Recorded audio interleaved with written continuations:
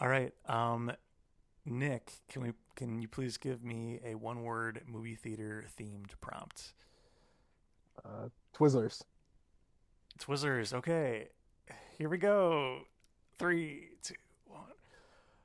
I don't usually do these openings, so bear with me. I don't like licorice at all. What are the other ones? Red vines? Not Is there a not for me. difference between those? I don't I'm sure actually. there is someone on here is screaming, yeah, they're a hardcore Red Vine fan No, versus a it's like. hardcore Flicker Oh wait, Twizzlers one fan. one's actually like twisted, right? And the other one's just like strips. But Is it's that still, Twizzlers are twist? But it's the same thing though. It's but it's either still the same like gelatin garbage, Yeah, like strawberry gross. garbage, right? I hate you gelatin don't like anything. those, right? I don't like them, No. no. Hold on one second. Hey, welcome to the Spooky Overtalking Podcast with your hosts Ken, just Ken That's this it. week. Because we're talking about my time at the Music Box of Horrors. I alluded to this last week, but yeah, just got done with this year's 2025's Music Box of Horrors, which, for those who don't know, is a 24-hour horror movie marathon at Chicago's world-renowned, uh, really cool movie theater that they have down there called the Music Box Theater. And yeah, they put on a bunch of horror movies and fill the theater, and people stick around the entire time. And I used to do that, but I am old now and can't do that anymore. So It's a we'll young talk man's about game. yes, we'll talk about the movies that I actually attended. And I have with me two people who were there with me. I have my lovely wife Meg. Say hi, Meg. Hello. Hi. And I have Nick, who was there with me for the vast majority of the time. Hey, Nick. Hey guys, how are you? Good. So we're recording this Sunday, like literally the same day that the event ended. So it's all fresh in our heads. Um, I'll just throw out there that friend of the show Cameron was there for a good chunk too, and Alex Vasquez, also friend of the show, was there for a movie that we'll talk about when we get to that too. So yeah, we had a pretty fun turnout of people, and it was a good time. And Always great. yeah, So just to remind me, how many years now have each of you gone? So, I was trying to remember. So the shirt that I always wear because I think it is the coolest design. They don't give out, but they sell T-shirts with different designs every year at this event. And I always wear the 2018 one, which has um, this creepy skull guy, skeleton, putting his hands around this guy's face and forcing his eyes open to like watch horror movies. And that one was in 2018, and I know I've been there at least one year before then, so I think this is my ninth year. Ooh. wow. Yeah. How about you, Nick? So that was my third one. Hmm. I think I did one once. You invited me, I think 2019. It was pre-COVID, I'm pretty sure. And then I didn't go for a bunch of years. And then I went last year and this year. And I would like to continue going every year because it's always a good time. Always fun. How about you, Meg? Ke- Oh, I have no idea how many years I've gone. Definitely not as many as you. Probably, what, like five You've to come with seven or me something for like a that? few I've gone movies to a for few. at least five. I would guess. Yeah. I've dipped in and out. I've never stayed that long. I think one year I stayed 10 hours and that was the most I'd ever done. But that And in was one year, it. I'm counting the COVID year. That was just Mm, the a drive-in. drive-in theater, which was fun. And I know That you was went that fun. with me. Oh, that's cool. That Yeah. was really cool. It was a good way to keep it alive and get us out of the house safely. But yeah, that was pretty sweet. I miss drive-in. That was really Yeah, fun. I kind of wish they would bring that back because that was a lot of fun when they did that. Although Yeah. what they do now since they did that, they still do a horror movie every night in October, basically, but in the Mm, theater instead of the yeah. drive-in. But Is drive-in's there fun. is there a drive-in in the city? What is happening? How does that work? There It was in was, Pilsen, right? I or yeah, think. I guess it was slightly out of the city. It was like south Yeah, of the city a little bit. Like in a I think that's park, right. or is it an actual drive-in? It I think whatever it's it was actual that what drive-in. yeah, it was an actual functioning drive-in. It Yeah. was I had it no was idea. small, but it did its job. It was Huh. awesome. Yeah, it Yeah. was cool. You Nick mentioned wanting to continue going to the festival. For What sure. is it that keeps both of you going back? I know Ken used to want to go and make it the full 24 hours for bragging rights to say that you've actually done it. You survived the full 24 hours, as grueling as that is. But what is it exactly that you go there looking for, or you hope to see that keeps you looking and going every year? Uh, so I, at no point have I had aspirations of doing the full 24 hours. Mm, That's because you're a sane person, because okay? if I could, I would, but I don't live closely enough. So I have after the 24 hours, I then have to do an hour and a half of driving each direction. So that Hmm. adds to uh the issue. But I like, I mean, I just like movies in general. I'm not as much of a horror aficionado as Ken is, but I also like horror movies. And the programming there is super interesting because much more often than not, they're not, I'll watch any movie, and those are movies that I would have never organically watched myself. So I'm always being forced to watch something new. I mean, out of everything that we saw yesterday. So like just the stuff I saw was one, two, three, four, five, six, seven, eight. I saw eight movies, and only one of them I had seen before. Mm, So that's seven new things for me. So I just really I like that aspect of it. And even when the movies are silly or whatever, the atmosphere is just immaculate in that room. Like everybody is so enthusiastic. It's such a good communal experience. hmm. Um, yeah, it's fantastic. Yeah. Ken, same question. Yeah. Well, I Uh, mean, I'll just put in that I saw two more movies, or I guess technically three. The Nick and also only had seen one previously. So mm, yeah, it's they do a good job of choosing movies that are off the beaten path, even for horror people who watch a bunch of horror movies like me. These are all things that I've never even heard of, so it's really fun. Um, I'll just quickly shout out the general manager of the Music Box is Ryan Osterreich, I think is how you say it, and Will Morris is his partner who helps program these. And I think there was a new person, Katie Reif, I think was the other one, who's starting to help out. And yeah, they do a great job of picking a bunch of things, a couple of crowd pleasers that people might know, like Jason X, which I think is the one that we have both seen previously from this round. Um, but then a bunch of things that, yeah, you wouldn't normally see.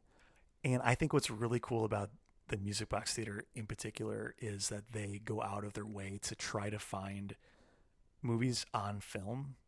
Like it's a lot easier to get DCP versions of movies to screen in movie theaters these days, but they literally like hunt for like mm, 35 millimeter prints or even 16 millimeter prints in the case of one of these movies, just to have it on film, even if it's like pink and faded.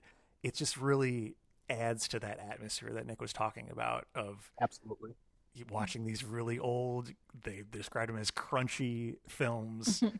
um, and seeing them with a group of people, a packed house of people who all appreciate horror and who all, for the most part, kind of generally respect not just shouting out shit during the movies. It's a great way to actually like sit down, watch some good new horror movies.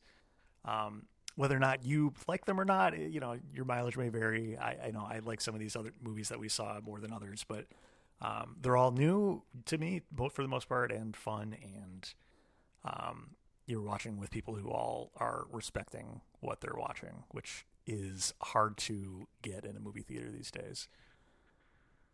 Yeah, kind of to add to that, I don't know. I know you guys have not had the opportunity to like go to as many movie theaters as of late. But like the movie theater experience as far as just people being respectful and staying off their phones and like sitting and watching a movie has so drastically changed, and it is Yeah. so depressing. Yeah. And it's I didn't notice that anywhere near as much. I mean, they had to make announcements, but even like stay off your phones. But even so, like the only thing I ever really saw was somebody like opening their phone and like looking at a notification and closing it again. Whereas I have seen people straight up Amazon shopping on their phone throughout the Oh entire yeah. movie in the theater. Yeah, Like that's I've seen not uncommon. kids Full. Snapchatting or like scrolling through Yeah, Instagram. It's just, oh my God. Not at the music box, at other right. theaters At for other sure. Right. Yeah. theaters. What kills me Hmm. about when I see those people is they're always the light mode users of their phones. They Yeah, do of It's not course. go just dark mode. It's glaring light full. at you. Yeah, Yeah. I it's the mean, worst. if you're gonna have that little self-awareness that you're gonna go shopping or in a movie theater, why would you have dark mode on? You know, Yeah, of you're course. already being inconsiderate. Why not? Now, both of you mentioned the fact that there was a lot of films that were new to you this year. Mhm. When you see that lineup, is it more exciting to see a bunch of films that you've never even heard of or that you've never seen? Or do you kind of get a little disappointed or let down because you were hoping that there were maybe a few more movies in a franchise or something that you've heard of and haven't had an opportunity to watch yet? Yeah, I mean, for me, I personally, I like a mix. I like a good mix of movies that are bigger and more well known. And even if I've seen them before, like I've said, it's really fun to watch those with an audience as opposed to watching it at home. The laughs are going to be bigger. Um, if there's any scares or anything, people just react way more. So I love that. But I do also like seeing new things. But those are, for me, a lot more hit or miss. And so that's why I like more of a mix. I think this year it was Mhm. way more heavy on brand new things that you wouldn't typically see, like not bigger budget franchises. Although there were a couple, I think it is a little more mixed typically. But yeah, what do you like, Nick? Uh, I would say I'm on board with you on that. Like a good mix is probably good because I do like watching something completely new and like all of these, like I said before, like I would have 0% chance of seeing this organically. Like in some cases because you just can't, like it doesn't exist. I can't buy it anywhere. And some of it I never would have chosen it to begin with. Um, so I do like that aspect, but like you said, like it is much more hit and miss on that sort of thing. There are some movies that I didn't get to see later in the day that would have been nice if they would have played at more convenient times, and it would have been a little bit of like franchise recognition of things I hadn't seen, but Yeah, could have been kind of neat. But I still had a good time, and but yeah, a good mix basically. yeah. What about you, All right, Meg? so I mean, I didn't really recognize any of the films and had Well, never seen any of the films. Minus Hellraiser, I think, and Paranormal Activity. I mean, Those one I recognized. you recognize Jason X and Abbott Costello. Sure, sure. Never seen those. So yeah, Hmm. I like when there's something that I've heard of that I've not seen. But unfortunately, with this year's scheduling, all of those movies that I had heard of that I was excited for were all at an ungodly hour that I was not able to go to. So that bummed me out because usually there's something during the day on Saturday that I could pop into and see. And that just wasn't the case for me. It did not work out this year. So I was bummed Yeah, to see the lineup this year. I I enjoyed the movies I did go and see on Sunday, but I would have liked to see a couple more if they were at a better time for me yeah. And, personally. and Nick basically said this, but like, yeah, all of the ones that are recognizable, like I'll just say that, Hmm. are after midnight this Yeah. year. Um, other than Inferno, I guess, but even then, like, I don't think anyone who's Still not a late. horror fan would even necessarily know a Dario Argento film. So, Yeah. um, Right. yeah, usually I think they have like one in like the evening, or like even like an older one, maybe even earlier in the day, like something recognizable, like Burnt Offerings. I know in the past that's played at like 2 p.m. That's Yeah, a bigger one. I don't know. Rec was one that I was really excited to see. Was at two years ago, and Mm. that was at a good time. So yeah, personally, just bummed about this year. But I probably wouldn't have been able to attend much anyway with a newish baby. So Yeah, it's well, okay. so that was something I was talking to Nick about. I even talked about this with you, Meg. But was this the first like theater movie I've been to since we had Nora 8 months ago? I think so. Yeah, I think so. I didn't realize that until I was at the festival. I was like, wait, yeah, Yeah. I don't think I've had the opportunity to go out to a movie since Yeah, the then. Makes last sense. one we Yeah. went to was in February of this year. But yeah, we keep saying like, "Oh, we should go see this one. We should, call up the grandparents for a date night," and then we just never do, or it doesn't Hmm. work out. So that's okay. Yeah. I was As just about to we repeat that, mentioned, but yeah. as we mentioned before, the movie theater experience is not enjoyable. So like the last few we went to, we were mad because people like kids were on their phone or Right. young people making out loudly, and it's Oh just my like, God. We've ugh. literally been in movie theaters where people have had sex. Yeah, that was It's the worst. really Very uncomfortable. distracting. I was just very could not concentrate on the movie because I was You like, know, oh, they're doing it. okay, I've Yeah. got to ask, what movie are they actually having sex in? What was that? What It was was it? a horror Don't movie. know. It was yeah, I It was a have horror no, movie? Okay. I I don't can't remember remember what what movie. movie it was. I was so distracted. It was And we're crazy. They both were on the Meg and I are both floor. yeah, They Meg and went I are down both onto the floor. very non-confrontational, so the idea of going up and talking to someone, not them, I wouldn't talk to them, but like going and talking to a manager is also kind of uh little, I little think I wanted to, beyond but us, you but didn't want me to be confrontational. You're like, let them finish. They're having a I good don't I time. don't think that's how that went down. But anyway, Let do you have any them more questions? finish. Um, I think we should just jump into talking Okay. about the Yeah. actual movies. Let's talk Sure. about it. Okay. So I'm gonna quickly read through all the movies just so that we have kind of a quick baseline of we've already mentioned a few of them, but just in case we mention them again. And then we'll Yep. go in slightly more detail. We're not gonna go too in depth because I feel like in the There's a past lot of them. we had Cameron on last year with Nick and Meg, and all four of us had like seen movies together, and we all like spent 5 to 10 minutes each talking about one movie, and it took forever. So we're gonna try to go somewhat rapid fire through this. Let's go. Let's do it. But really quick, here's the order. Starting at noon on Saturday, October 18th. We had The Bat. It was a silent film. Then at 1:50 we had The Borrower. Then Lemora, A Child's Tale of the Supernatural. See, like most people won't even know what any of that is. Matango was next. Clear Cut was after that. Then a short, we're at 9:30 p.m. already, called Mr. Static was after that. Then Inferno by Dario Argento. Um, Jason X then was at midnight, so we're halfway through. Then a secret film at 2:20, which we'll talk about because I stayed till that point, and then I left for a little bit. I still don't know the secret. I know I haven't told Nick yet what it is, Oh, so he'll learn. It's Alive 3, Island of the Alive. I haven't seen any of those, so I didn't stay for that. Silent Death, Paranormal Activity 3. That was at 6:45 a.m. And then I came back and Meg joined me for at 8:30 a.m. Hellraiser Bloodline, which is the fourth Hellraiser, and Abbott and Costello Meet the Mummy at 10:20.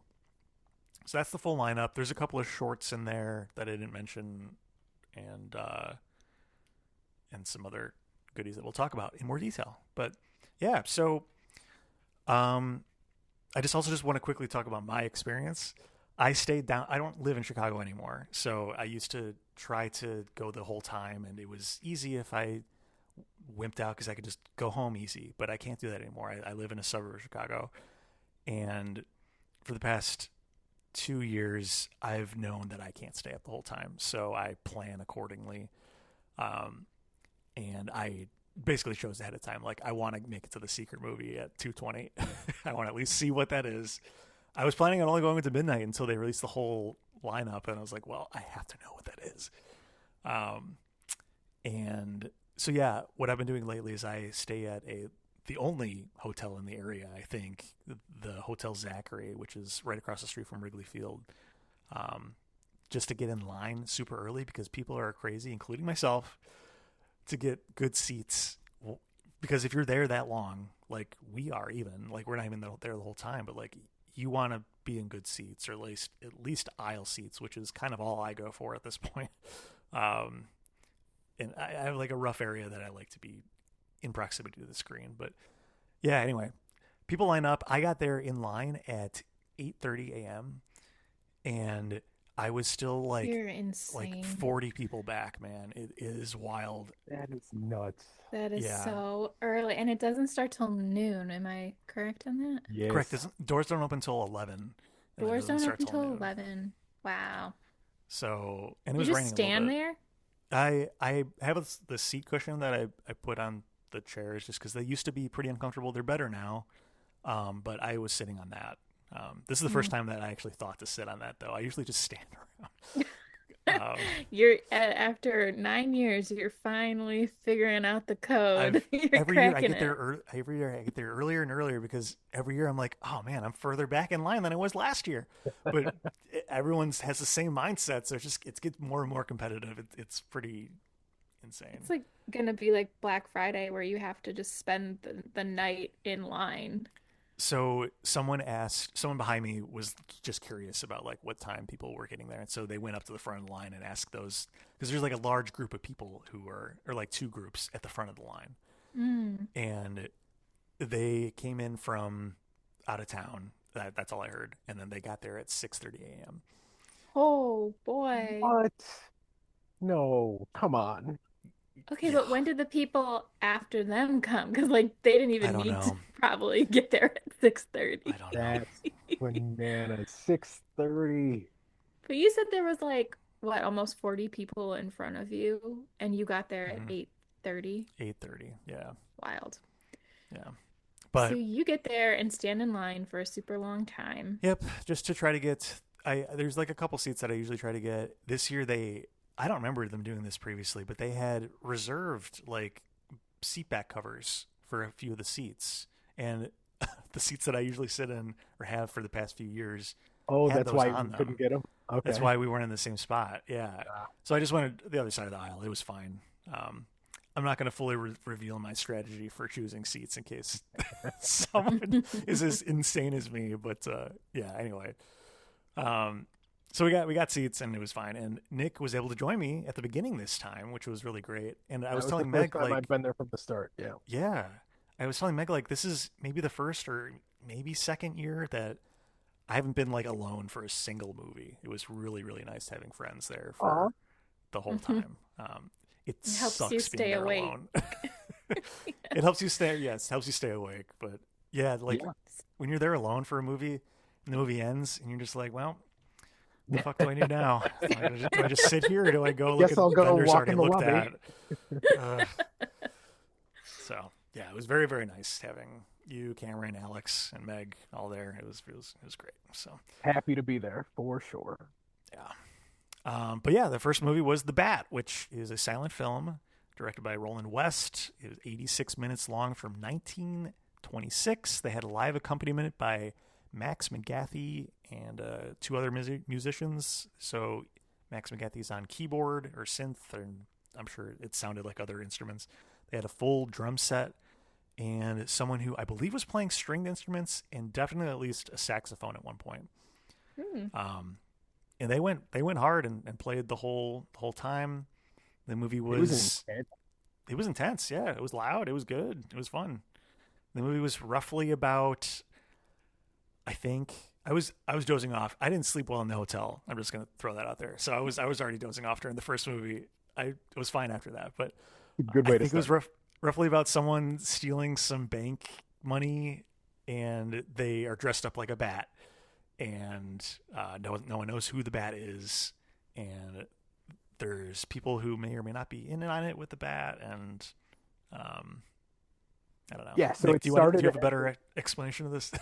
not especially, the plot got pretty convoluted, but Yeah. basically like it starts off with actually like a couple very well done heists for, the time and the special effects and the ability. Like the filmmaking was really, really well done in general. And the heist stuff at the beginning was really cool, and then the whole rest of the movie was basically just a who done it in a house.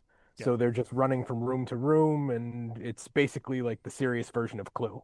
Uh, Yeah. and Pretty much. yeah, That's basically it. I think they had mentioned up top that this inspired Batman because they literally show a bat signal at certain times in the Oh, movie no that looks way. exactly yep. like the bat signal in Batman. Um, so that was kind of Wow. cool. Yeah, it was cool. Um, I liked it. yeah, just to keep it brief, I liked it as well. I thought the pacing of this silent film was way better than a bunch of the other silent films I've seen at these festivals in the past. Um, and that helped a ton. I mean, that's hard to find in a silent film, so I liked it in general. Yeah. Yep. Nick, do you have any other thoughts? No, no, Okay. very well made, kept me interested and engaged the whole time, which silent movies can be a little hit and miss like that. Yeah. And the people scoring it they were going at it the whole time. There was no lull in anything. It was very intense. It was very well scored. I think that helped also. Yeah. Uh, It was cool. but yeah, I liked it. Awesome. All right. So then at 150, we have The Borrower with director John McNaughton and some other producer with him. I don't remember who for a live Q&A afterwards. Yep. And they were the ones sitting in the seats that I usually sit in. So just throwing that out there. Okay. And friend of the show, Alex Vasquez, joined us for just this movie, which he had some cool stories because he works for the Chicago Film Office and has programmed other festivals and things like that in the past. And at some point, he actually did a Q&A with John McNaughton, the director, and oh shoot, I'm blanking on the name now, but it was for Henry Portrait of a Serial Killer. John McNaughton? Are you trying to think of the director? The Michael Rooker, Oh, the star. him and Michael Rooker. Yeah. Yeah. So that was pretty cool. Also, he's friends with Will Morris, who programs this. So just the fact that I know someone who is friends with Will is interesting and cool. And yeah, just want to shout out Alex. Alex, I didn't ask you to be on this just because you were there for only one movie, and you also have a newborn, and I didn't want to bother you. So, but thank you for being there. It was fun watching that with you. And yeah, this movie is nothing like Henry Portrait of a Serial Killer. If anyone's seen that, The Borrower is about alien, a bug-like alien who is being punished, and this punishment is to be de-evolutionized into a human and sent to Earth. And if he gets too hurt or gets too drunk, I guess, he starts to re-evolve or devolve, or I don't know. His body goes weird. His head either explodes or not. And The rules were very unclear. Yes. Thank you. And then the way he copes with that is by popping off the heads of just other people he happens to be around at the time.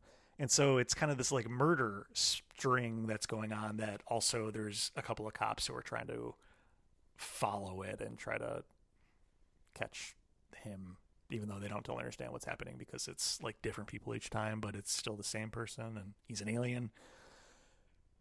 Keeps popping the heads off of his victims. Is that? Yeah, so they'll go to, the first time they're looking for him, they find a body without a head, and they're like, oh, who killed this guy and where's the head? And then they find another victim missing a head, but then the first guy's head with it, and they're like, oh wait, what? And That's so weird. yeah, it's strange. Hilarity. So each victim then basically is the actor that plays the alien for that point until the next person, because he takes their head, and that's like that person. So, which has some Interesting. It's comedic. it has some comedic implications later on Hmm. in it. The alien plays each person. I mean, each person plays it a little bit differently, but like they have these like dumb sunglasses that they put on him, and he's also just acting weird and in different weird situations. It's funny, but also scary and weird. And spoiler alert, I won't say what, but like it's not always a human head that he dons, so it's kind of fun to see No. where they go with this. Oh no. Yeah. Yep. Goodness. Yeah, I liked it overall. I mean, it's definitely not the best film. I thought I'm well directed. I'll give it that. And I think everyone involved did the best they could. I don't think the script is really that great, personally.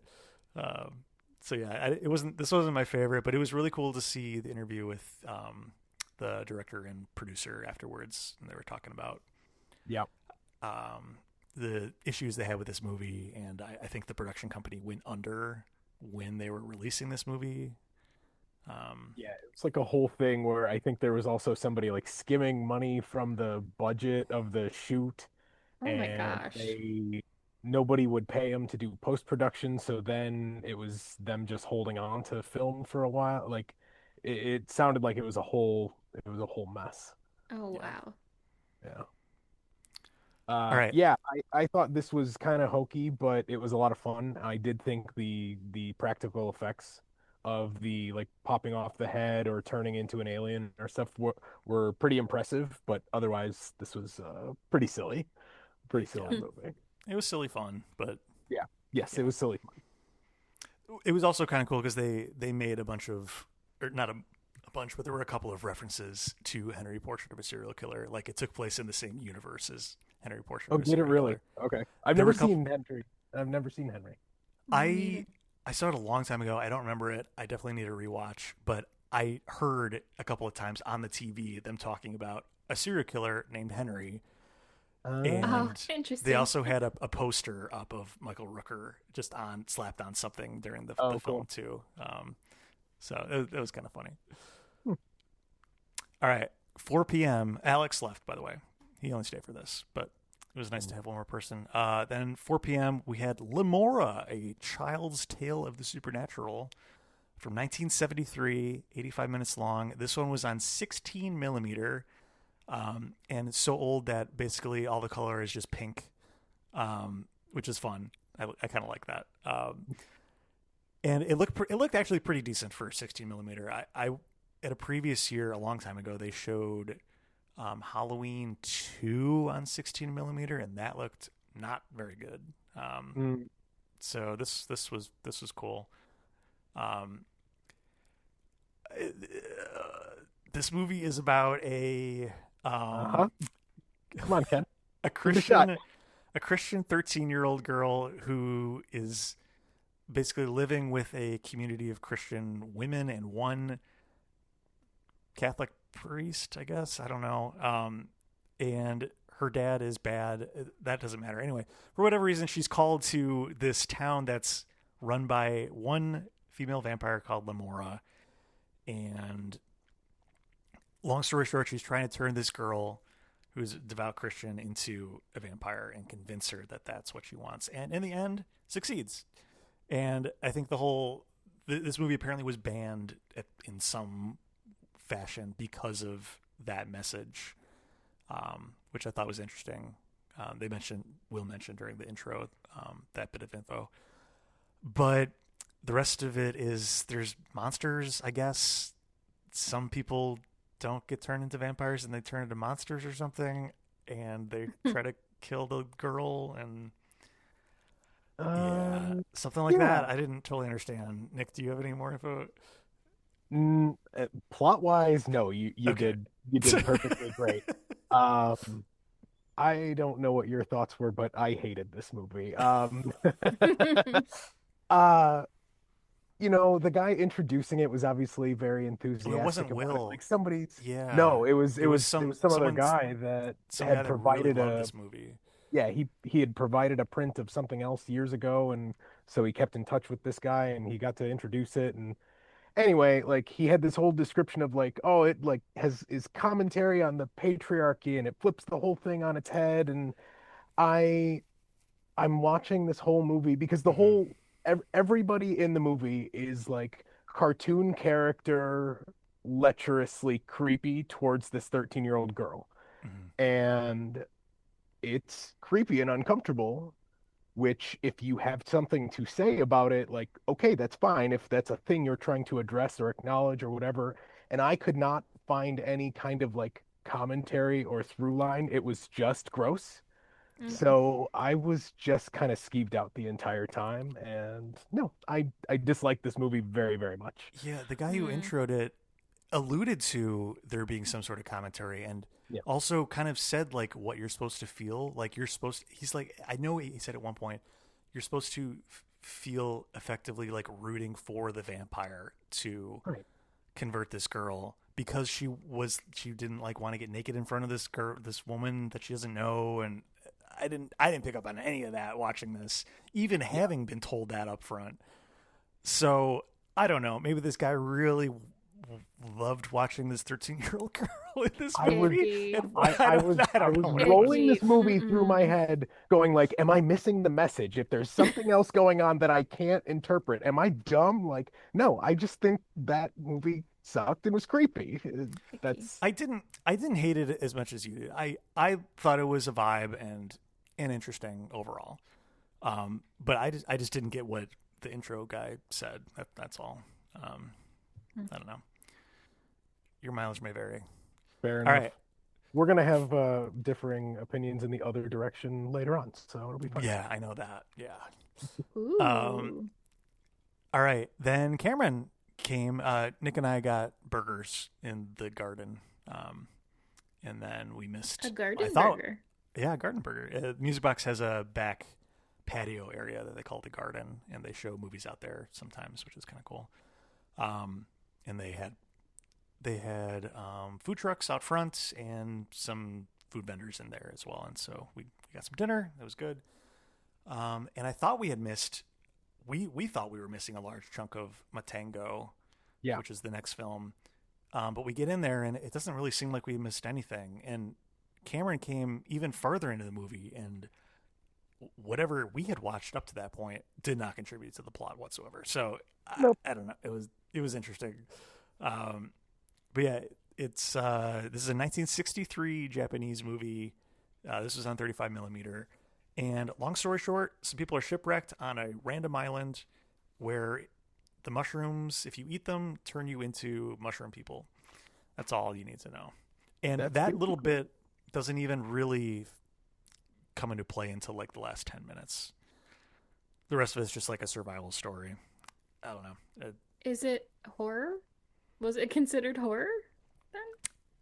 uh I mean, I I guess thought it's it. at a horror film festival, but yeah, is it? most of it was closer to like psychological horror with them, Mm. like, they're running out of food and they're all turning against each other Right. and stuff like that. But there's this teeny tiny side plot in the background of like they found another shipwreck and there's all these mold spores, and they find a ship's log and they're pretty sure that somebody ate mushrooms out in the on the island, and then they became mushrooms or something else bad happened. And yeah, as it turns out in the end, like that's exactly what happened if you eat the Mm. mushroom. So if, eventually there's enough fighting going on that everybody ultimately ends up eating a mushroom and turns into a mushroom. Yep. Why don't you just wait for someone to turn into a mushroom and then eat them? Maybe you would still turn into a mushroom at that point. I don't know. Oh, That's a good question, well, though. yeah, They because they're didn't a explore mushroom that. at that point. That's for the sequel. That's Matango 2. Ah, okay, Matango 2. cool. Can't Matango wait. Unchained. Tango Matango Unchained. So that one was not a favorite of either of yours. I'll take it. I I actually liked didn't it mind okay. it. Yeah. Hmm. Yeah, like it wasn't, explicitly horror, and even the mushroom stuff was just fine. But like honestly, the drama between the people was interesting. Hmm. And it was well shot and looked really gorgeous. It was an okay movie overall. I didn't mind it at all. Yeah, the mushroom stuff, the mushroom people were the silliest part, but honestly, it was the last 10 minutes of it. I did really like just the tension of everybody fighting Yeah, on a desert island. Like that was pretty cool. yeah, yeah. I'm thinking back at it. I'm surprised that that I liked it as much as I did, but Hmm. it was Or good. like missing a chunk of it and you Yeah, didn't really change your Right. view on it at all. right. That's interesting. They weren't even shipwrecked when we walked in. Like There you their boat go. was still Doesn't even fully matter. intact, so it was fine. Yeah. All right, 7:30 p.m. Next movie is called Clear Cut, from 1991. This was just a digital production, but yeah, I was trying to describe this to Meg earlier today. I think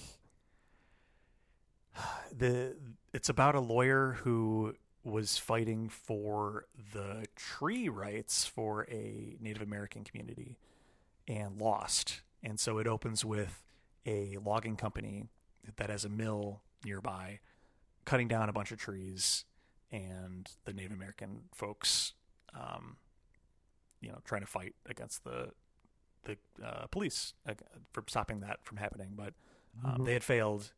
Um, the It's based on a book as well. I had never heard of Clear Cut, but No, me neither.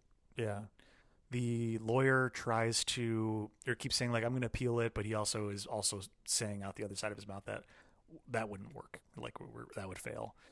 And along the way, one member of this community was like, "So what are you doing for us next?" And jokingly, the lawyer says, well, "I'm going to go, kidnap um, the manager of this mill and skin him alive and blow up the mill." And a few scenes later, that same member comes back to the lawyer and says, "Okay, let's go do what we talked about."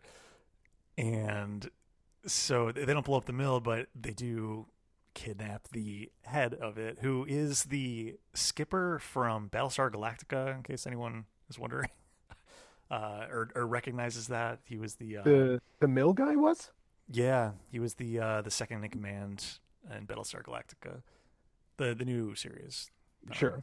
Yeah, Huh. Meg's looking around like she doesn't know that she's married to someone who likes Battlestar Galactica. But I've literally never heard you talk about Surprise. Battlestar Galactica Beats before, Bears, so Battlestar that's really, Galactica. That's yeah, right. that's what I hear. Um, Full of man, surprises. yeah. Anyway, yeah, the rest of it's a weird trip through the woods and basically slow torture of both the lawyer and but mostly the mill manager by this Native American person. I didn't know what to think of this. Nick and I both coming out of this movie thought the ending was going to be basically he wakes up from a dream because at one point he goes into a sweat lodge and hallucinates, and we both thought, oh, okay, eventually all this weird stuff that's happening, because there are other weird moments that happen where like an elder pops up randomly throughout the movie. We kept thinking like, oh, okay, he's gonna wake back up in the sweat lodge and be like, oh, and learn something or something. But no, it never got there. It just kept going and going until things eventually conclude in one way or another. I won't totally spoil it, but yeah, I don't know. And I also didn't know what the message was because it didn't necessarily paint Native Americans in the best light. So it was kind of weird. What did you think, Nick? I mean, you said it. Like I said it the second it was done too. Like I would have bet everything I owned that it was all a dream the whole time, and he was just gonna wake up and be like, "Oh, violence wasn't the answer" or something. But Right. like, no, it was all just very intense, and it turned out that it was not all a dream. And yeah, I don't exactly know what the takeaway was supposed to be, other than just like the whole situation is fucked up. Like relations between natives and the rest of the world is messed up. Like I don't I don't know. It was very dark. It was very intense. I was super engaged and interested the whole time. Yeah. Uh, No, it was an interesting movie. I and enjoyed watching it.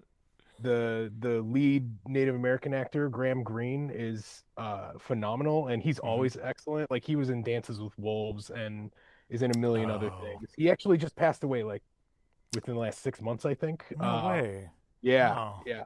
But he's an excellent actor. And like I said, I really I was very engaged the whole time, and then the credits rolled, and I was not quite sure what to think by right at that moment. yeah. I need to chew on it a bit more. It's still so fresh. Yeah. But yeah, I don't know. I know the people who program this, like all the respect in the world. I love what you guys do. If for whatever reason you're listening to this, which I highly doubt, but yeah, I also feel like I am maybe not smart enough to to pick up on all of the subtleties that someone who literally spends their lives programming and watching movies and taking away maybe more subtext than I'm able to grasp. I feel a little like a dum dum, but I don't know. Why That's talking why I to am for a lot of movies, Alex is though. nice. Yeah, yeah. He I was hoping has, Alex could stick around for a couple more I and explain know, to he me what has I'm Can you such, missing. break this movie down for me, please? seriously, he has a way of talking about movies that I've seen. And I'm like, I didn't like it. And then by the end of him talking, I'm like, you know what? That was You a good convinced film. me. It's just, you're That was very, a great American masterpiece. You're correct. yeah, he has such an appreciation for films that I do not have. And it's nice to hear his point of view. But Yeah. yeah, Sounds like I would like to get to know Alex a little more. I think y'all would When have a very Alex is very deep cool. discussion about Yeah. films. Yeah, Excellent. he's got a lot of knowledge. Cool. Yeah. Maybe he can come for more next year if we're all able to go. That might be fun. That would be great. Yeah. All right. I'm going to try to go a little bit quicker, especially since some of these are more well known coming up and shorter. This next one is just a short, but it got its own time block because the director was in attendance. This one's called Mr. Static.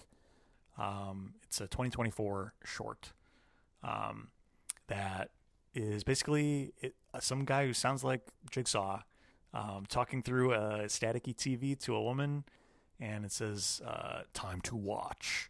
And she has to watch the TV as a point of view killer walks into a house and kills one or two people. And at random times throughout this woman's day, she hears time to watch. She has to go watch that. Well, one of the times she watches the killer kill a man and a woman and then goes down the hall to a little girl's room No and like spoilers. holds. You can't watch this anywhere. So It's 9 minutes long, also. and Like, it's what are you nine going to minutes talk long. about? Yeah. And she's like, no, I can't watch this. I can't watch this. And eventually like pulls the plug on the TV and the TV still comes back on and it's like, oh, you should have watched and now time to die. And so now the killer is coming after her and you see like this creepy glitching out guy with a camera for an eye come into her house and you watch it both from her perspective but also like through the TV, so like from the killer's perspective as well. It was pretty cool. I missed the Q&A, so Nick can probably speak more on this, but I think they are trying to make this into a feature-length film. Yes, yeah, he is. That's his next project. So I guess this made a big festival circuit.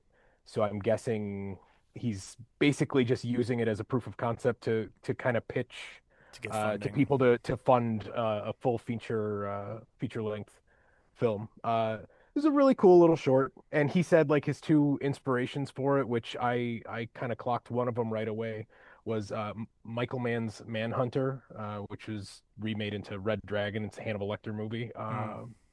made back in the day, and David Lynch's Lost Highway. I thought it was very, very similar to Lost Highway, with just the videotape creeping into the bedroom type thing. Yeah, that's really it. It was neat. Cool. I haven't seen either of those movies, I don't think, so I'll have to check them out. Oh yeah, that's a All whole right. other that's a whole other podcast. We'll talk Yeah. about it. Yeah. All right. Now we're at 10:05 p.m., sorry. And next up is Dario Argento. How do you say? I always said Dario, but they introduced it as Dario Argento. I had been Um, saying Dario also, but okay. my Italian's a little rusty, so Yeah. Anyway, Mhm. I'm going to say Dario, just, but, don't hold it against me if you know better. Inferno, which is the effective sequel to Suspiria, which Meg and I both really like. I Mhm. like it. Yeah. And I had not seen this. I haven't seen, so it's part of the Three Mothers trilogy, which, for those who don't know, each one focuses on a different witch, basically. And there's some lore that's pretty much only set up in this movie. I haven't seen the third one. I'm sure there's more there too, but none of that's in Suspiria. So it kind of just builds on the background for. Did they talk about it in Suspiria? I don't remember that. If they did, I don't remember. yeah. Anyway, it was cool to get a little more background on the witch from Suspiria, a little bit. But when they introduced this movie, Will's hot take on this is that this is Dario Argento's best film over Suspiria because he thought Suspiria was too plot heavy, uh, which, for anyone who's seen Suspiria, is very plot light, Mhm. and is more just vibes and music. And well, he was right. Like Inferno definitely has even less plot, even though up front you get like some interesting lore, but there really isn't a whole lot of through line plot after that, other than people running from various figures either in cahoots with the witch or the witch herself. But also, I'm not sure of either one of those because I don't know what I'm looking at half the time. And also, it's 10 p.m. at night, and there's long sequences of people walking quietly down a hallway with almost no music, and I am falling asleep in my chair and Mhm. don't remember half this movie. So Nick, am I missing anything here? We both had different takes on this movie specifically, which is what Nick alluded to earlier. I didn't like it personally. Okay. Yeah, I think your overall description of it is valid. I just think our takeaways were different. Okay. Just like Suspiria, I feel like this is pure vibes. It is gorgeous. It sounds great. Uh, but I enjoyed it, and I was clearly staying awake the whole time. And you were so maybe the trick is don't watch this as a like as part of Yeah. a festival. Like Yeah. watch this standalone, or maybe we could watch the Three Mothers trilogy as a marathon and Yes. I think that's just the case. vibe out on three really weird, beautiful movies. It was cool. They showed trailers before some of these movies, not all of them. Either like all from the same year as the movie or like somewhat related to the movie. And one of the trailers they showed before this was the third in the sequence, which is Mother of Something of tears. Tears. Yeah. Mother of Tears, I think.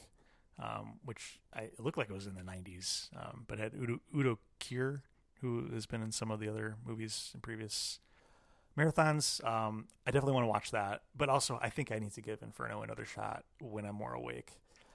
I I definitely grant you Inferno is vibes, but it didn't have the Goblin soundtrack that Suspiria had, and I think that's really what pushes it over the top for me for Suspiria. Other than a lot more reds and gorgeous colors, and I think I think I can make a stronger case for Suspiria either way, but Okay. um, I I don't know. just felt like even when I couldn't make heads or tails of what was actually happening, I felt like every frame could have been a painting. Like everything is lit so Mm, well, and the cat like everything looked gorgeous, and I just could not yeah, get around how incredible it looked the whole time. yeah, Regardless of, I couldn't possibly tell you like the actual plot of that movie. But yeah, But it was I pretty still to liked look it. at. yeah. It was. I will say the insides of my eyelids were really pretty to look at as well. Mm. So it, Well lit, very dark. yeah, very dark. Um, anyway, I'll give that one another shot. All right. All right, then it's midnight. We got Jason X. A lot of people probably already know this, but this is the 10th entry in the Friday the 13th franchise. For those who don't know, this is Jason in Space. This Yeah. was released in 2001, so it's a newer-ish movie. Meg, you have not seen Jason X? Not like in its entirety. I've Okay. definitely seen clips of it. I know when you used to have your Halloween parties, you would put on random horror movies, and so I've probably seen like bits and pieces of it or catch like you said, catch some of it on Fear Fest or something like that. But no, I've not seen the whole thing Okay. ever. Yeah. It would I have been one I would like to have seen had I been had it not been at midnight. able to. Yes. Right. Yeah. Right. Yeah. Yeah. Oh, well. I mean, this is really fun to see with an audience. I've never seen this in a theater before, and this is one of the few Friday the 13th movies that I had not yet seen in a theater, let alone the Musebox Theater.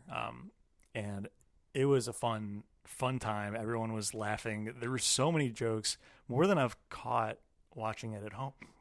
At home, because it's like, I don't know, you're just letting it wash over you and you're not laughing at every joke. But when you're in a theater with that group, it's fun. And yeah, I had a great time watching it. What do you think? Oh Nick? yeah, it was so good. Yeah.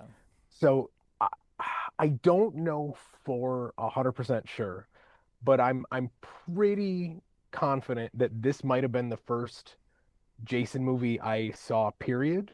It's definitely the first one I saw in a movie theater. In 2001, I was working in a movie theater, so I saw like every movie that came out in 2001. I definitely saw this on the big screen, and yeah, I had very little Friday the 13th experience other than this. And I remember then being like, all right, that was dumb. That was real dumb, but it was fun. Yeah. And I was not disappointed. That movie is super dumb, and Yep. good Lord, is it a blast. It was Mhm. even more Yes. of a blast of just, yeah, like you said, everybody laughing along with it, and just how heavy they're still leaning into every single stupid trope, and the fact But that, like, the moment somebody starts having sex, like, Jason just snaps out of it and starts killing, basically, even though literally they're on a sits up at a spaceship. 90-degree angle on an Yeah, operating table. It's like, oh, someone's having sex. yeah, exactly. Incredible. Wow. So yeah, it is a stupid movie that I had a very good time watching. It's like Jason's been around the block so many times that this is self-aware, and it makes jokes of itself, and it's so good. It's hilarious. If you've seen other Friday the 13th movies before this, and going into it that this is, not a masterpiece or anything, but it's just a campy good time. It's a hilarious movie. It's almost a comedy, other than like people getting killed. But like, yeah, I had a great time And watching it's it. also at the perfect time for special effects where uh people Mm, that had no business using CGI was using CGI. So there were like CGI monsters on what their version of a holodeck was, that just, like, they look like cartoons, and there was all sorts of stuff like that where uh yeah, just build a model or something, people. Like, yeah, you did not need to do this in a computer. Uh, but yeah, that just makes it even more fun. yeah.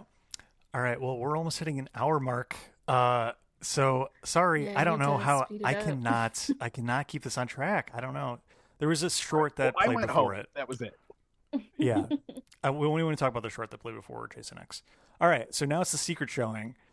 Nick does not know what this was yet, and I didn't know until it happened. Will gets up on stage and usually introduces the movie, and he says, I'm not going to tell you what this is until it hits the screen. And said his hints were, this is something that got banned shortly after it hit American airwaves. And it's something that most of you have probably seen before, and may have been formidable to you being horror fans. And that was basically it. And so it opens with, and let's see, Nick, if you get this. I don't even know if you would know this or not, but it opens Okay. with some deformed people. Someone's giving birth to a deformed baby, and it's raining, and they go outside and they dig a hole and they put the baby in the hole and cover it back up and pat it down, and then the intro plays, and then you know what it is. But does my weird description ring any bells by any chance? Not offhand, no. Okay, it's an episode of the X-Files. I What? I need to look up. Yeah, hold on. X-Files banned episode. Home. It's called Home. All I had to do is Google X-Files band episode. It's Oh, season man. 4, episode 2, Home. And it is a, very dark, heavy subject matter episode where 3 deformed inbred brothers, I'll effectively spoil it, have sex with their mother have sex with their mother collectively, and then keep trying to build their family that way. Oh my Um, God. and they keep having too Good many Lord. genetic deformities, so they keep just burying their kids. And Icky. Are these yeah, is it like Hills Have Eyes people, basically? Or- basically, Something like that. yeah. Yeah. Okay. except not rape. Oh, okay. Oh, they were all consenting. That's nice. Ugh. At least All right. that makes it better. But like there's even another scene in this episode where it's like a small town community. Everyone's like, you don't have to lock your doors at night, except that now Mulder and Scully from the X-Files are poking around, and so it pisses off these brothers, and so they go to the local sheriff's house, and they, in the middle of the night, go up to their room, the local sheriff and his wife's room, and brutally beat them to death in the middle of the night. And it is very dark, and I'm surprised Why it even on aired Why in the on first earth place. did they ban this? I mean, this sounds like just normal. Yeah, just Yeah. burying Good fetuses. TV. Average Yeah. Sunday night television. Yeah. So when did it get banned? Like, did it air once and then never again, or It aired like, at how least did- once. Okay. It only aired, I'm just reading on Google right now. It only aired once on Fox and was banned from reruns on the network, and then it disappeared until it eventually came out on home video releases. But Can you imagine the letters that they must have gotten Ooh, that boy.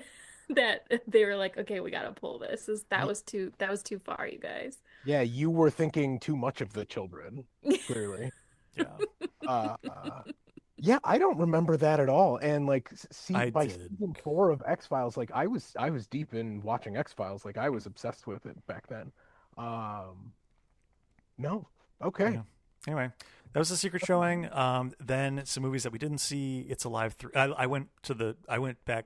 I stayed at the hotel room a second night just so that I could sleep down there, and then wake up and quickly get back to the theater for the last 2 movies. That was my game plan, and it worked out decently well. So yeah, then at 3:20 a.m. they had It's Alive 3. I don't care about It's Alive personally.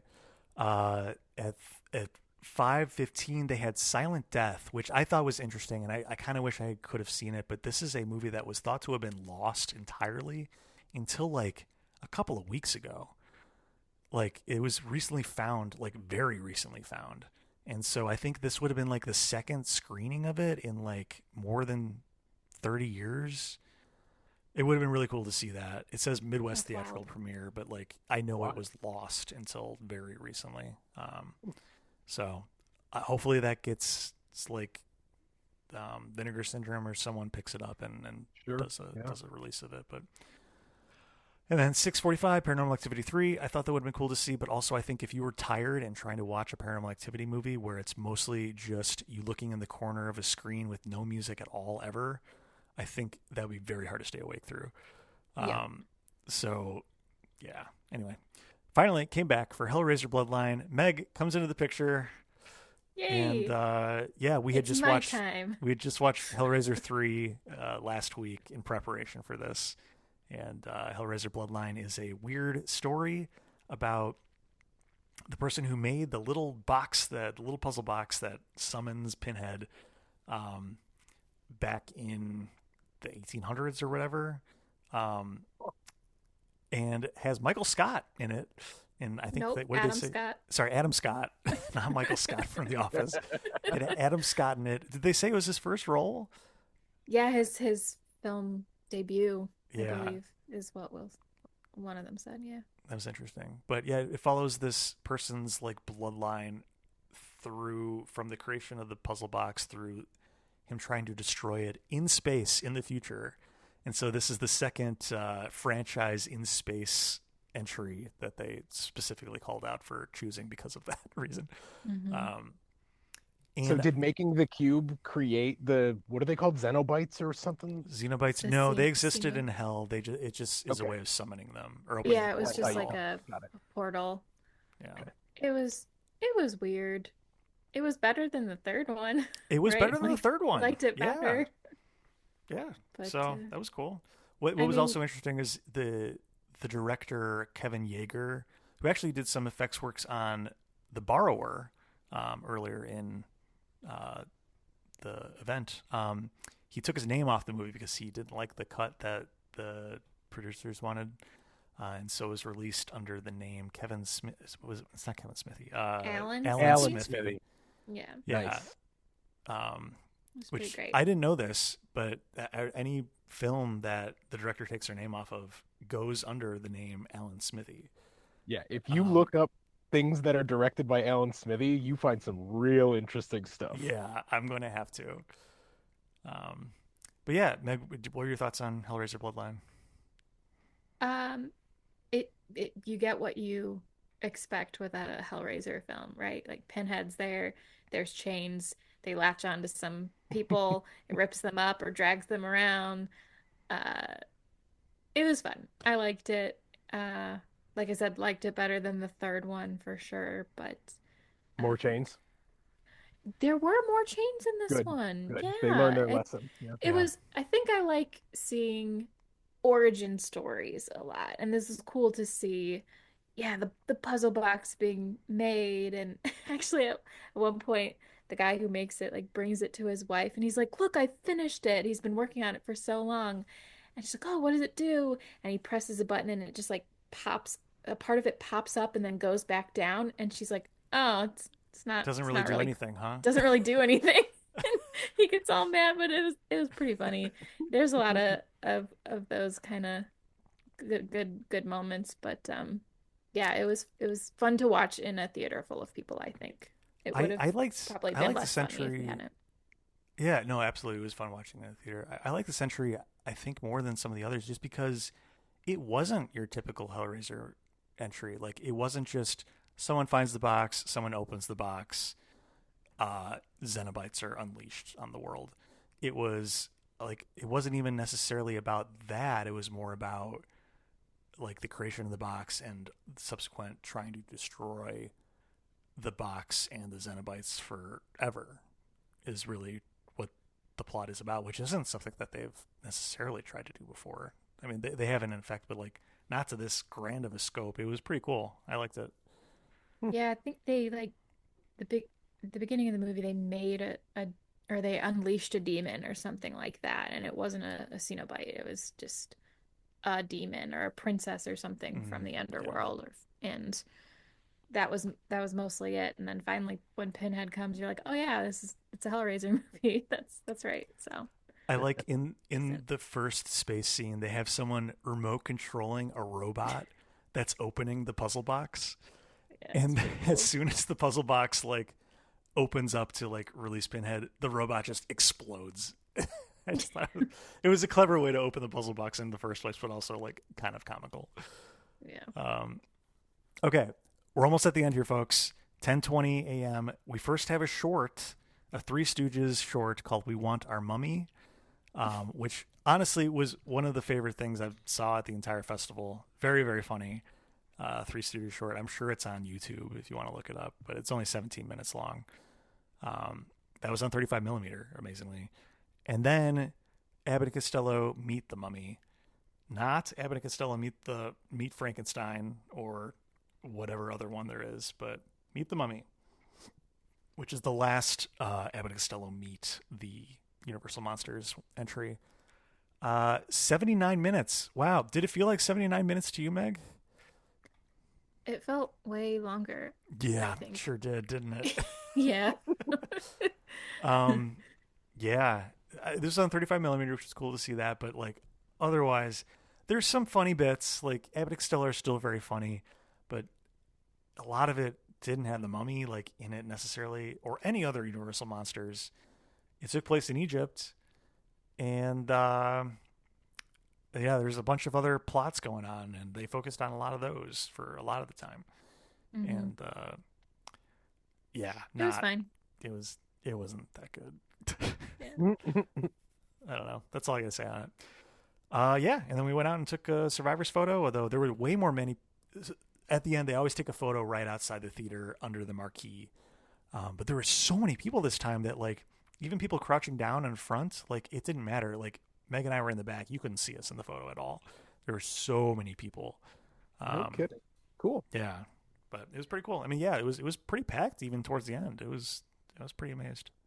So, what is the vibe in like those last couple movies? Like, is everybody like a bunch of slap happy idiots, or is there a difference? Because I've only gone as close to the beginning of the fest as I could, and then just stayed until I couldn't stay anymore. So I've never really been there for the like next day morning stuff. Like, So is there a I've been difference? I've been on both sides of this where I've stayed basically awake the whole time and then made it Hmm. to the final movie. And I'll tell you, if you do that, you feel like death. So you're Sure. not even slap happy anymore. You're just struggling to survive. But a lot of people do what I do and they leave and come back, or they get enough sleep there that they're able to be somewhat refreshed. Um, I didn't think anyone was being obnoxious or anything. I thought it just felt like another normal screening to me. I don't know. Yeah. I think I really like doing the morning movies because I think the vibe is different in that Hmm. it's like the last mile of a marathon and you know you're so close and it's Okay. the camaraderie and the excitement, like everyone's cheering, everyone's wooing. Will always gives this like really nice speech I before do the like the last speeches. movie Yeah. where he's just like, thank you for your support. You guys are awesome. And everyone always goes nuts because Will is awesome and everyone who puts it on is awesome. And we're also appreciative that it happens and that there's so many people who attend. And it's just, like you said earlier, Nick, it's so fun to be in that atmosphere with people who just want to enjoy some horror movies and just be there all day. And it's a fun vibe in the morning. It definitely Cool. feels more energized than I think you would imagine. Um, it's yeah, it definitely feels like a community of people together, like making it to the end of this like really cool experience. Interesting. All right. That Mhm. was You said that way more eloquently than I did. I mean, yeah, I always feel like a little bit of a fraud now when I come back in the morning and then Will gives that speech and I'm like, oh, I didn't really do it. Um, but then I also think back to when I did do that and it was motivating to be like, okay, yeah, I can power through. I Mhm. can watch this last movie. But I also do more remember feeling pretty awful. Um, Yeah.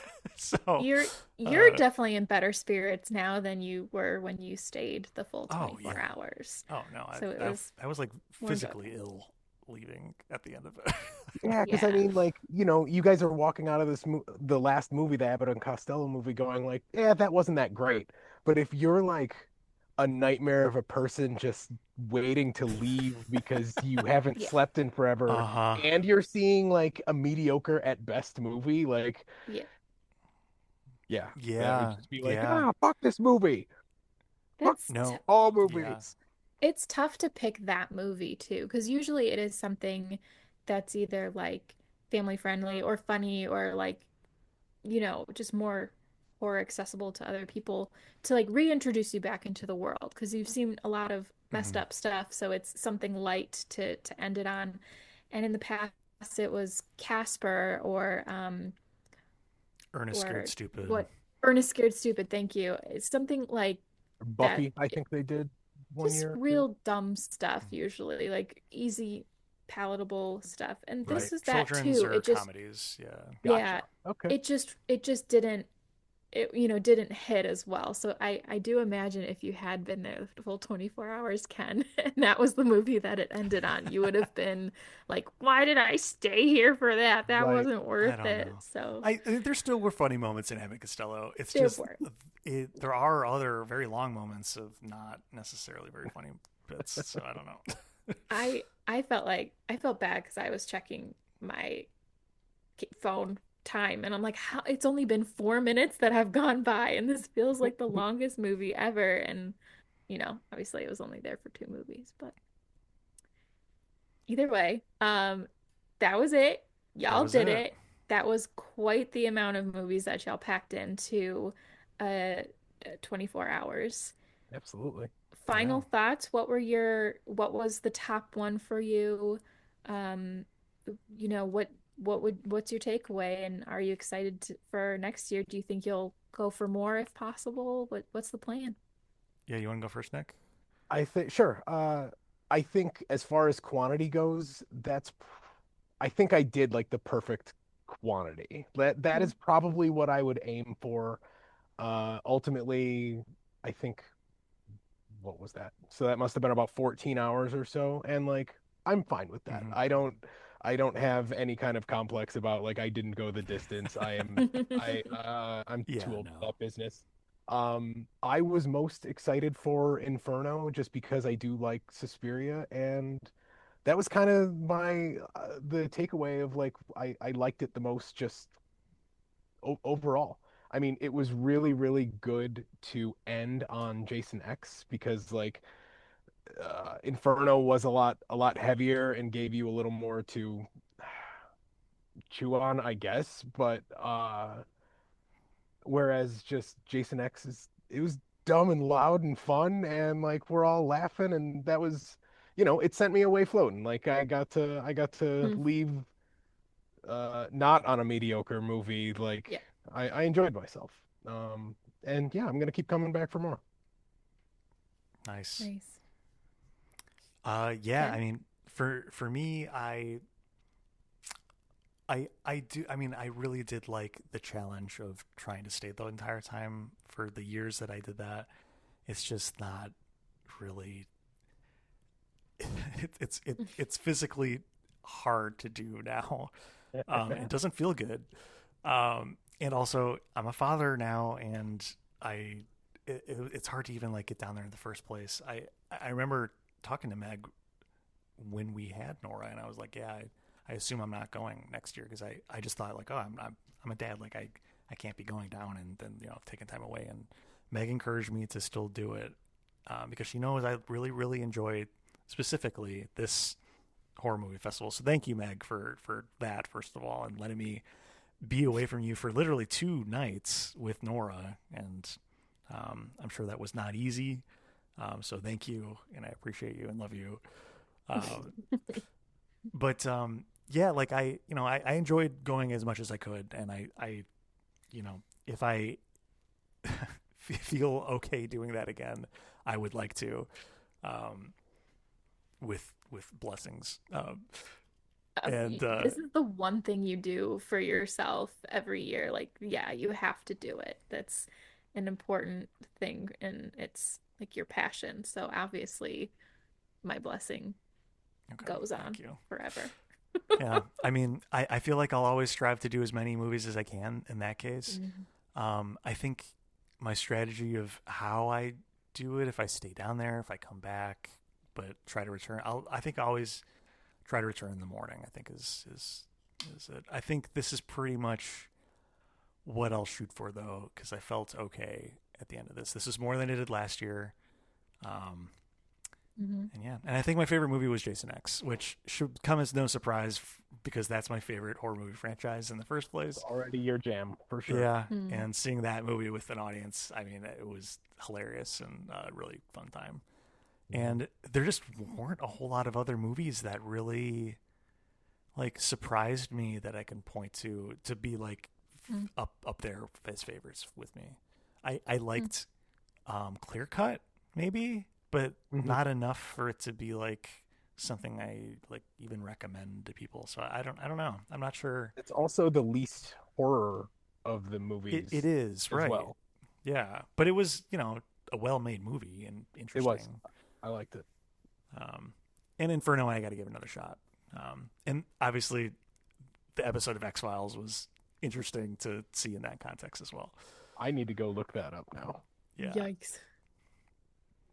yeah. What about you, Meg? Like in your ideal situation where we have babysitter coverage, what would be like your ideal attendance of the Music Box of Horrors?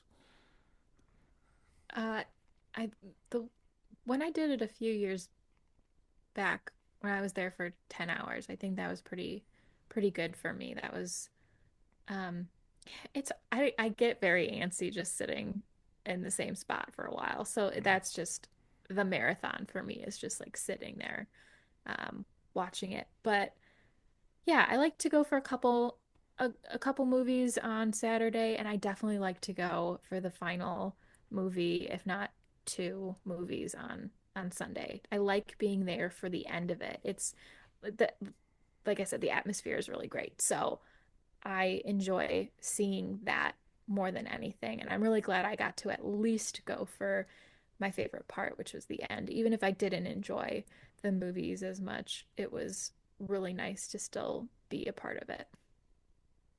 Yeah. Yeah, And absolutely. my favorite was Hellraiser, I guess. Okay. It was good. Yeah. I mean, I almost said that We Want Our Mummy might be my favorite. That was very funny too. That was pretty funny. We even It's talk about that.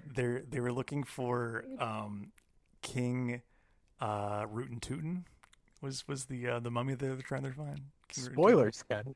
And but they end up finding Queen what was Hotsy it? Totsy. Hotsy Totsy. Yeah. Too funny. Silly. All right. Anyway, Nice.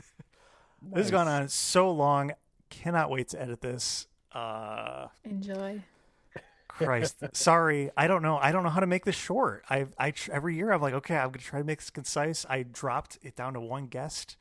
I don't know what to do, but hopefully someone enjoys this. Please write us in at overtalkingpod@gmail.com or call us in at USACat1591 and let me know if you listened this long. I would really appreciate it. Or if you find any value in this. I mean, it's like a bunch of little mini movie reviews, so hopefully someone likes this. Also, all the other things we spend into money in advertising, Overtalking Overlords, blah, blah, blah, blah, blah. All right.